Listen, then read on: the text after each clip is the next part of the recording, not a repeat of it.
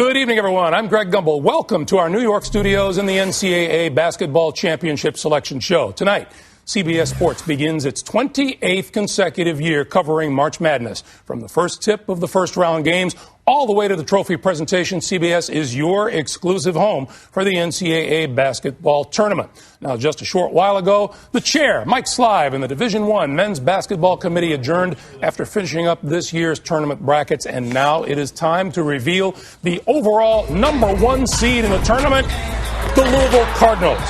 The second time they've been a number one seed in school history. The last time was in 1983. You'll recall they knocked off number one Pittsburgh back in mid-January. The Louisville Cardinals, the overall number one seed in this year's NCAA tournament. I'm joined by my Studio 43 partners, Greg Anthony and Seth Davis. You going to quarrel with that decision? Not at all. In a year where the Big East was arguably the best conference ever, they won not only the regular season, but the conference tournament. I think you have to look at them legitimately as being the number one seed. Yeah, of the three teams from the Big East vying for number one seed, I thought Louisville was third going into the Big East tournament. The fact that they won it, no-brainer. And the fact is, too, that a week ago we weren't even talking about Louisville on the top line at all. Here they are, the number one overall seed. One team down, 64 more to go. Coming up, we'll bring you the exclusive live announcement of the seedings and pairings for the 2009 NCAA tournament. Our experts will review the field, offer their predictions. Plus, we will talk live with the selection committee chair, Mike Slive. First, though, here's how the tournament is set up. 65 available tournament bids, 31 of those automatically to conference champions. That leaves 34 at-large bids. Now, the brackets are arranged according to how the committee has ranked those four number one teams. This would set up a potential Final Four where the overall number one would play the fourth number one seed, while the second and third number one seeds would play each other. And as we said, the number one overall seed is Louisville. And now we can tell you the Cardinals will be headed to the Midwest region. That is probably the place where, if you give Rick Pitino a choice, that's exactly where he wants to go. Rick Pitino. Now, second number one seed is Pittsburgh, and the Panthers will play in the East region. The East region, as the Panthers get their first ever number one seed. The North Carolina Tar Heels are the third number one seed. They are playing in the South. 13th time that Carolina has been a number one seed. That is the most in NCAA history. And the fourth number one seed and the third team out of the Big East is UConn. And the Huskies will be playing in the West region. The number four seed overall, UConn, well, ranked number one this season twice. Meanwhile, the Pitt Panthers, Jamie Dixon saying a short while ago, we don't care where we go as long as we're going. They're going, and they're going to be in the East. Now, here's how the regions shape up based upon where the four number one seeds have been assigned. The winner of the Midwest region meets the winner of the West region in one national semifinal game. The other semi will put the winner of the East region against the winner of the South region. And you will see those games from Detroit on Final Four Saturday. That's April the 4th, 6 Eastern time here on CBS. And then on Monday night, April the 6th, CBS Sports will present the national championship game at 9 o'clock Eastern time. Those number one seeds, they are now etched in stone. What do you think?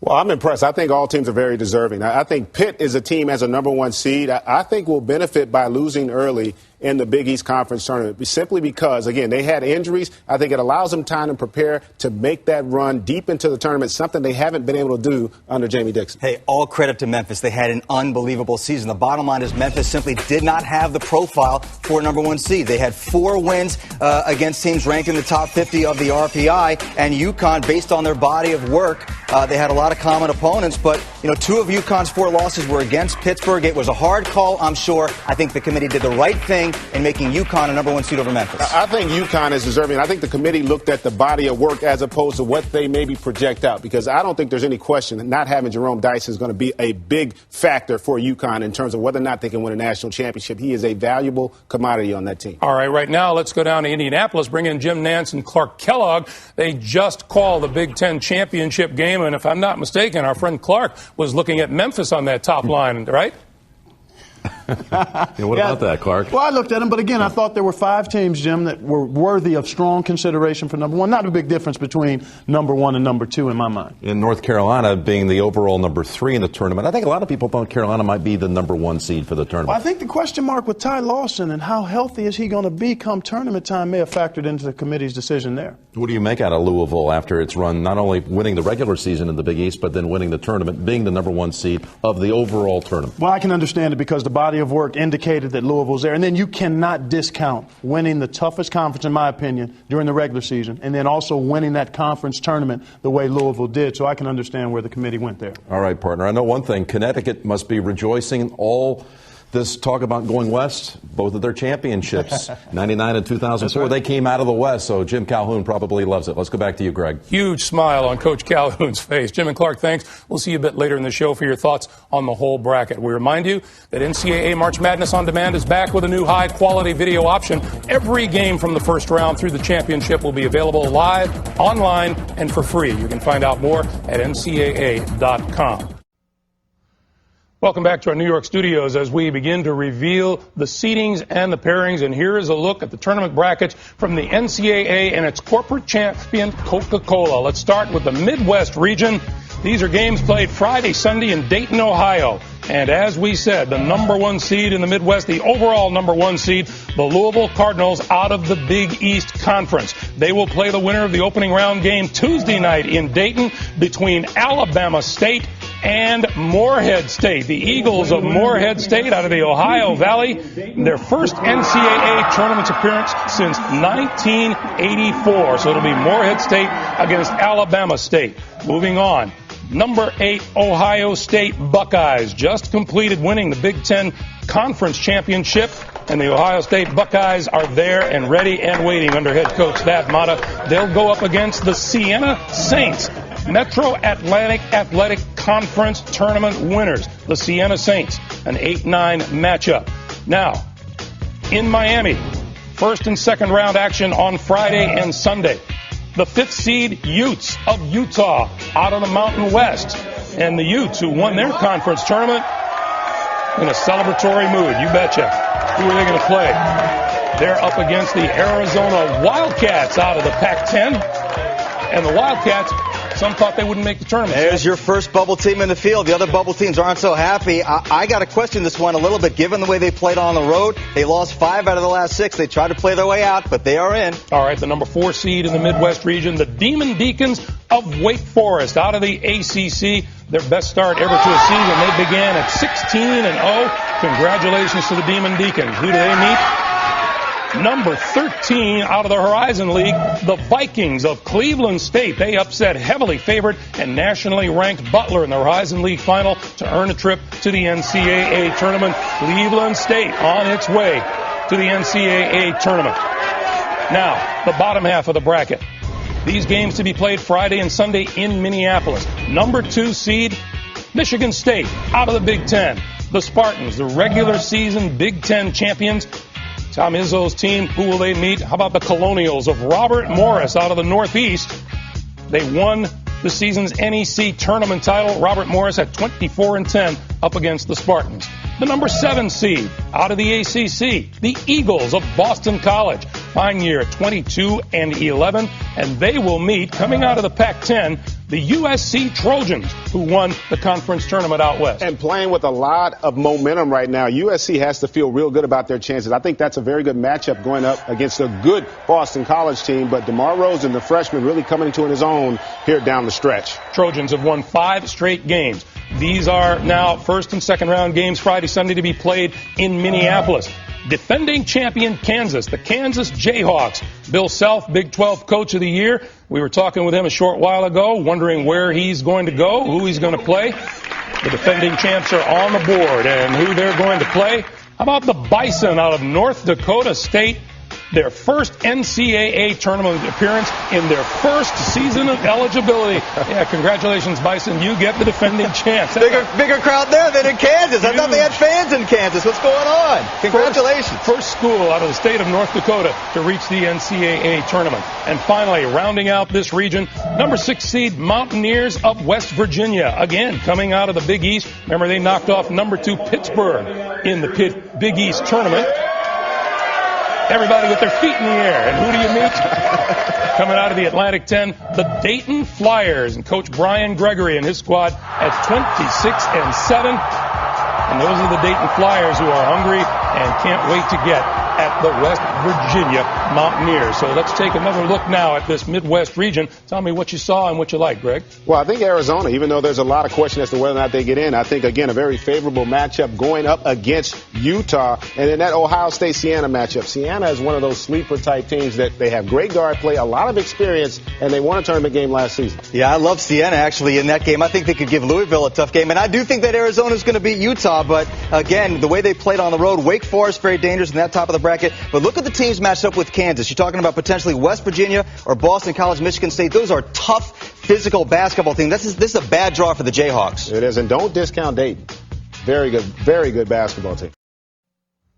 Welcome back to the NCAA Basketball Championship Selection Show. Here is a look at the tournament brackets from the NCAA and its corporate champion AT&T, and here is the West region. These games to be played in Philadelphia on Thursday and Saturday. The top seed, the Connecticut Huskies. And yeah, the Connecticut Huskies of Jim Calhoun came out of the West twice to win their national titles out of the Big East. Who are they going to play? How about the Mocs of Chattanooga, the Southern Conference Tournament champions? They won the tournament title. They are 18-16 on the year, and they draw the UConn Huskies. The number 8 seed, BYU from the Mountain West. They share the Mountain West regular season title, and the Cougars will meet the Aggies of Texas A&M and Big 12. Coach Mark Turgeon makes it 2 tournaments in 2 seasons at Texas A&M. That's a pretty healthy seed for Texas A&M at a 9. That shows they had a high opinion of the Big 12. All right, now these games in Portland, Oregon on Thursday and Saturday. The 5th seed, the Boilermakers of Purdue. Coach Matt Painter and his Boilermakers coming off their Big Ten tournament championship. Matt Painter was just waiting around to see who he's going to draw. Here's who they get. They get the 12th-seeded Panthers out of Northern Iowa, Missouri Valley Conference tournament winners. Now, the number 4 seed from the Pac-10, the Washington Huskies. Coach Lorenzo Romar led his Huskies to their first outright Pac-10 title since 1953. And Low Row and his Huskies are celebrating. Now, who do we play? How about the Bulldogs of Mississippi State, conference tournament winners out of the SEC, coached by Rick Stansbury? And I tell you what, Mississippi State's getting hot at the right time, and with Jarvis Bernardo on the interior, they're capable of beating a lot of teams in this tournament. Washington better watch out. All right. First and second round games now on Thursday and Saturday in Kansas City, Missouri. The number 2 seed, the Memphis Tigers, Conference USA champions. Many thought they would be a number 1 seed. They are going as a number 2 seed, and they are out of the Conference USA. Who are they going to meet? From the Big West, they're going to meet the Matadors of Cal State Northridge, the conference tournament winners in the Big West Conference. And you guys get the Memphis Tigers. Celebration for the time being at Cal State. Meanwhile, the 7th seed, the Golden Bears of California, Mike Montgomery's team coming out of the Pac-10, won their only national title 50 years ago. Who do they meet? They meet the Terps of Maryland, Gary Williams and his Terps coming out of the ACC. There's another bubble team, not much of a bubble team. How about a 10 seed? So all those other bubble teams out there waiting just got a little bit more discouraged. All right, first and second round games now on Friday and Sunday out in Boise, Idaho. The number 3 seed Missouri Tigers, conference tournament winner Coach Mike Anderson. Missouri won its first ever Big 12 tournament title, and they will meet the 14th seed Big Red, Ivy League champions, making their second straight NCAA appearance. And then finally, in this bracket, the number 6 seed Golden Eagles of Marquette out of the Big East. Coach Bud Williams in his first season at Marquette. They won a national title back in 1977 under Al McGuire. They will meet the Aggies of Utah State, who won the conference tournament in the WAC. Tough matchup for Marquette, especially losing Dominique James. I think Marquette was a team that had a chance to go to a Final Four with him in the lineup. Without him, it'd be interesting to see how they respond. And the committee going with competitive balance, putting Memphis in the same region as UConn, as opposed to giving them a geographic bump. And I got to tell you, this side of the bracket right here really sets up well for UConn. I totally disagree about Washington, Mississippi State, by the way, especially in Portland. I like the Huskies in that one. How about the bottom half of the bracket as we take a look at that? And just keep in mind that the Memphis Tigers are in this one. Yeah, they seemed a little subdued, almost as if they were disappointed getting the number 2 seed. But you know what? If you are Memphis, you have an opportunity for redemption, because if you went out, you get a chance probably at that number 1 UConn. Yeah, it's too bad that Marquette doesn't have Dominic James. I think they walk to a UConn-Memphis regional final. I don't see much competition there for those two great teams. Welcome back to New York, everyone, as we continue live on the NCAA Basketball Championship Selection Show. And right now, a look at the tournament brackets from the NCAA and its corporate champion, Pontiac. And let's run down the East region. These are Friday, Sunday games to be played in Dayton, Ohio. The top seed, the Pittsburgh Panthers. Coach Jamie Dixon wondering where his team was going to head out of the Big East.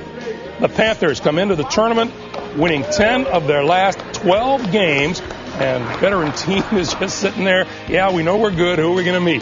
You're going to meet the Buccaneers of East Tennessee State out of the Atlantic Sun. They won the Atlantic Sun Conference Tournament, and they are going to take on the top seed in the East, the Pittsburgh Panthers. The number 8 seed out of the Big 12, the Cowboys of Oklahoma State. Coach Travis Ford, in his first season in Stillwater, leads his team into the tournament where they will meet number 9 Tennessee. The Volunteers out of the SEC. Coach Bruce Pearl has won 20 or more games in all 4 of his seasons at Tennessee. I tell you what, this is going to be an interesting matchup because Oklahoma State's starting to play real good basketball here second half of the season. Tennessee, still an unknown commodity defensively. Could be a tough game for them. All right, Greg. Now, first and second round games Friday, Sunday in Boise, Idaho. The number 5 seed, Seminoles of Florida State. Coach Leonard Hamilton, ACC Coach of the Year. And the Seminoles reach their first ever ACC tournament final. They'll meet the Wisconsin Badgers out of the Big Ten. How about Wisconsin, a 12 seed? I don't know too many people who even had them on the bubble. That means they're one of the last 2 or 3 teams in.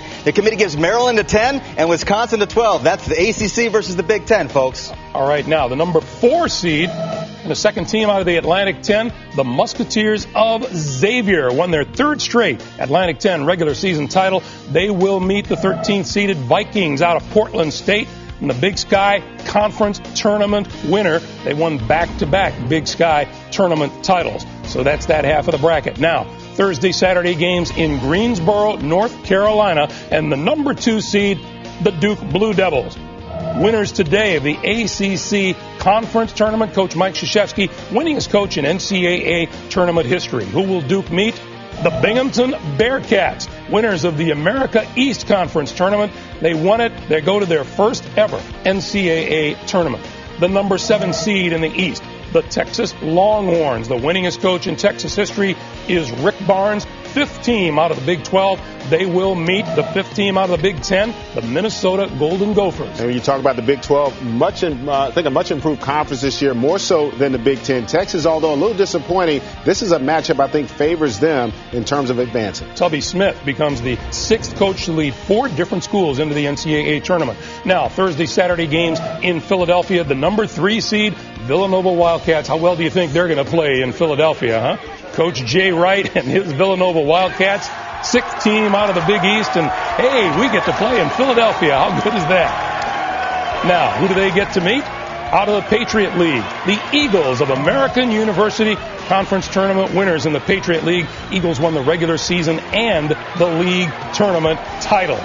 Now, the 6th seed and the 5th team out of the Pac-10, the UCLA Bruins, top shooting team in the nation, and NCAA record 11 national titles to their credit, and they will meet the VCU Rams from the Colonial League, 3rd straight regular season title. They captured the conference tournament championship for the 2nd time in 3 seasons. And I like this VCU team to pull off the upset over UCLA. I might like them to beat Villanova if they weren't playing in Philly, but VCU's going to be tough out for UCLA, and I think they're going to advance and pull off the upset. All right, guys, let's take another look at this bracket now and see how it sets up for the number 1 seeded Pitt Panthers. Well, I think they got just what they should have gotten. They have, by far, to me, the easiest bracket when you look at Pittsburgh. And again, I think they're going to be well rested. I think also they have more depth and experience than they've had in years past. This could be that year they get to the Final Four. Florida State is the dangerous team for Pittsburgh in this part of the bracket. I like Florida State to advance past Xavier should they even meet in the second round. And then you look at the next part of the bracket. Like I said, I like VCU to beat UCLA. I think it sets up pretty well if you get a Duke versus Villanova in the Sweet 16. But Duke is a great matchup for Pittsburgh. If that's the regional final, Pittsburgh's going to the Final Four. Welcome back to New York, everyone. Here's a look at the tournament brackets from the NCAA and its corporate champions as we reveal the fourth and final bracket, and that is the South region. These games to be played Thursday and Saturday in Greensboro, North Carolina. The top seed there, the Tar Heels of North Carolina, the 6th team out of the ACA and the ACC. Coach Roy Williams makes it 20 straight NCAA tournament appearances. Who do they meet? How about the Highlanders out of Radford University? The Big South Conference tournament winners won both the Big South regular season and the tournament championship. The number 8 seed in the South, the Tigers of LSU, the 3rd SEC team into the tournament. Coach Trent Johnson in his first season at LSU, and he will meet out of the Horizon League, the Butler Bulldogs. Coach Brad Stevens, his team won the Horizon League regular season title. And I tell you what, this is a tough matchup for LSU. Matt Howard and Butler right now, very poised, very patient basketball team. I expect them to pull the upset. All right, moving down the list. Thursday, Saturday games in Portland, Oregon. The number 5 seed Fighting Illini out of Illinois, the Big Ten's 6th team into the tournament, coached by Bruce Weber. And who will they meet? The Hilltoppers of Western Kentucky, Sun Belt Conference tournament champions. And they are all about getting after the Fighting Illini. And I don't think that's going to be the end of their celebration. I like Western Kentucky to beat Illinois. Remember, Illinois' point guard Chester Frazier is injured. Western Kentucky beat Louisville early in the year. All right, Seth. Now, moving on down from the West Coast Conference. The Bulldogs of Gonzaga, number 4 seed. Coach Mark Few makes it 10 NCAA tournament appearances in his 10 seasons at Gonzaga. He will take on Mid-American Conference tournament winner Akron. The Zips won the Mid-American Conference. They finish at 23-12, and they are the number 13 seed in the South. Now, Thursday, Saturday games in Kansas City, Missouri. The number 2 seed in the South, the Oklahoma Sooners. Coach Jeff Capel, his Big 12 Player of the Year, Blake Griffin, the 6th team out of the Big 12, and they will meet the 15th seeded Bears of Morgan State. The conference tournament winners in the MEAC, Coach Todd Bozeman gets his Morgan State team into the tournament. The number 7 seed in the South, the Clemson Tigers, the 7th team out of the ACC. Oliver Purnell has now led 3 different schools to the NCAA tournament, and they will face, coming out of Ann Arbor, the 7th Big Ten team, the Michigan Wolverines. It's been a long wait for Michigan, about 10 years, and towards the end of the show, they deserve to make the tournament. I think their road win at Minnesota is what clinched their bid. They doubled their win total from a year ago. They upset both UCLA and Duke early in the season. And Michigan is a deserving basketball team. It's going to be interesting to see how they match up, though. Not going to be an easy road. They're in, but will they advance? Well, they're a happy bunch of Wolverines right now. And first and second round Friday, Sunday games in Miami. The number 3 seed in the South, the Orange Men of Syracuse. Big courageous run through the Big East tournament. They are the 7th Big East team to make it, and they rejoin the NCAA tournament after a 2-year absence. They will meet the Lumberjacks of Stephen F. Austin. They won both the Southland regular season and tournament championship. The Lumberjacks are in. The number 6 team in the South, Arizona State's Sun Devils, the 6th team out of the Pac-10, Coach Herb Sendek's team at 24-9, and they will meet Atlantic 10 Conference Tournament champion Temple Owls. And this will be interesting, too. Arizona State has to be disappointed with how they played in that second half against USC.